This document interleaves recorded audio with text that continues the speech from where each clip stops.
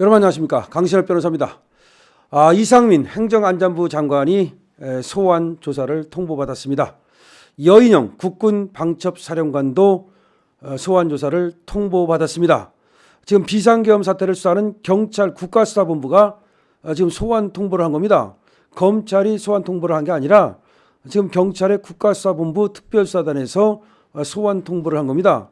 지금 아시다시피 검찰에서 김용현 국방부 장관을 긴급 체포해서 지금 구속영장을 지금 진 상태거든요. 그런데 또 행정안전부 장관과 여인영 국군방첩사령관은 또 경찰에서 수사를 하겠다고 통보를 한 겁니다. 그래서 이상민 장관과 여인영 국군방첩사령관이 경찰과 소환 날짜를 조율 중이다라는 얘기가 나오고 있습니다. 지금 여 사령관은 계엄령이 선포된 직후 정치인 등 주요 인사 체포를 시도하는 등 계엄령 집행에 주도적인 역할을 한 것으로 알려지고 있고요. 이상민 장관은 비상계엄 당시 국무회의에 참석하는 등 불법 계엄을 사전 모의하고 옹호했다는 혐의를 받습니다. 그러니까 이상민 장관은 윤석열 대통령의 측근이기 때문에 미리 모의한 게 아니냐, 그리고 왜 국무회의에 참석해서 불법 계엄에 대해서 찬성을 했느냐, 그런 얘기 같습니다. 이것이 과연 불법이 되는지 또 내란이 되는지는 저는 그렇지 않다고 생각합니다만은, 어쨌든 간에 지금 광기 폭풍처럼 휘몰아치면서 약간의 인민재판 같은 성격이 지금 있는데, 어쨌든 수사가 이렇게 진행되고 있습니다. 이상민 장관에 대해서는 7일 날 탄핵소추안이 발의됐는데, 탄핵소추안이 발의되자 바로 사표를 냈고 이 사표가 제거가 됐습니다. 자, 이 사람들은 이상민 장관과 여인영 이 방첩사령관은 김용현 전 국방부 장관과 함께 추가암고 라인이랍니다. 그래서 윤석열 대통령, 그다음에 김용현, 또 이상민, 그다음에 여인영, 여기는 다 추가암고라고 하는데요. 어쨌든 지금 추가암고가 상당히 고통을 겪고 있네요. 하지만 이제 나가서 당당하게 얘기하면 됩니다. 이상민 장관 또 변호사 아닙니까? 또 여인영 방첩사령관 또 군발이 아닙니까? 군인 아닙니까? 그러면 배짱으로 그야말로 나는 당당하게 나는 거기에 대해서 소신을 갖고 내 신념에 따라서 했다, 이렇게 얘기해야지. 거기 가서 변명하고 또 어쩌고저쩌고 하고 숨고 그러면 안 됩니다. 지금 군인들이 말이죠, 군인답지 못한 모습을 보이고 있어요. 자기는 말이죠, 그냥 가는지도 모르고 어딘지도 모르고 갔고, 자기는 또 원래 안 하려고 그랬는데 위에서 얘기를 해가지고서 어쩔 수 없이 이렇게 했고, 전부 다 지금 비겁한 모습을 보이고 있고, 지금 어떻게 이렇게 당나라 군대 같은지, 과연 이런 군대 가지고 전쟁이 일어난다면 정말 이길 수 있을지 저는 회의적입니다. 저도 군대 갔다 왔습니다만은, 군대라고 하는 것은 명령에 살고 명령에 죽고 이런 것인데, 지금 보면은 모든 책임을 갖다가 지금 위로 돌리고, 그리고 이런 군대가 어디 가가지고서 전쟁을 하겠나.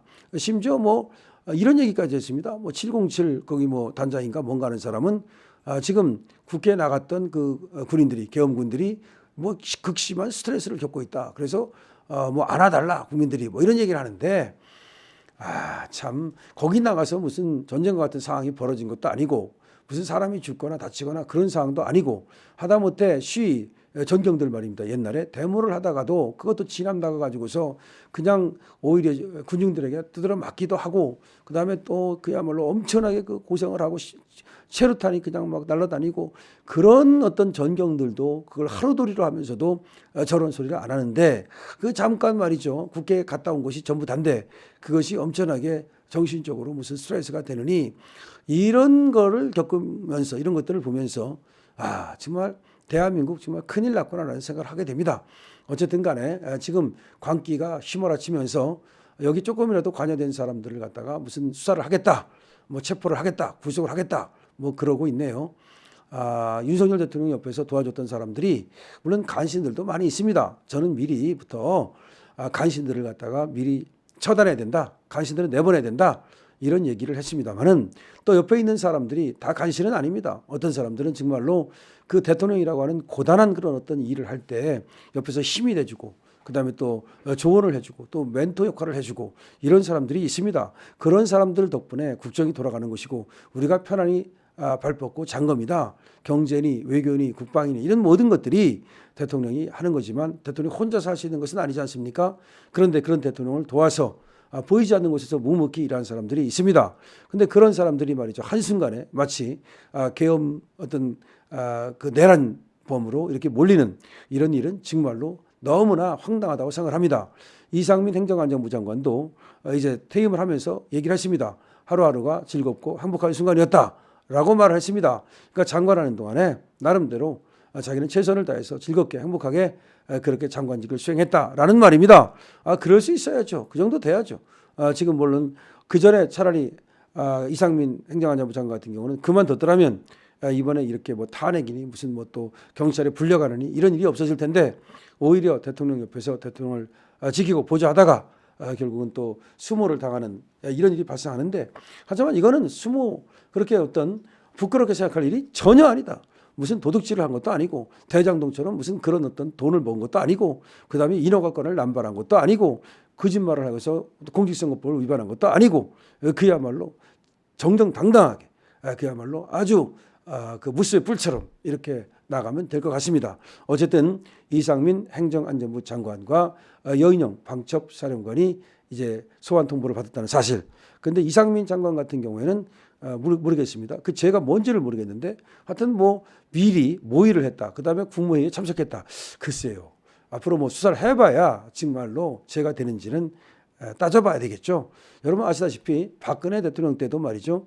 박근혜 대통령이 탄핵당하면서 저 좌파들의 우파 사냥이 시작됐고 그때 수많은 사람들이 뭐 불려가고 조사를 받았지만 실제 대법원까지 가서는 거의 다 무죄가 됐습니다.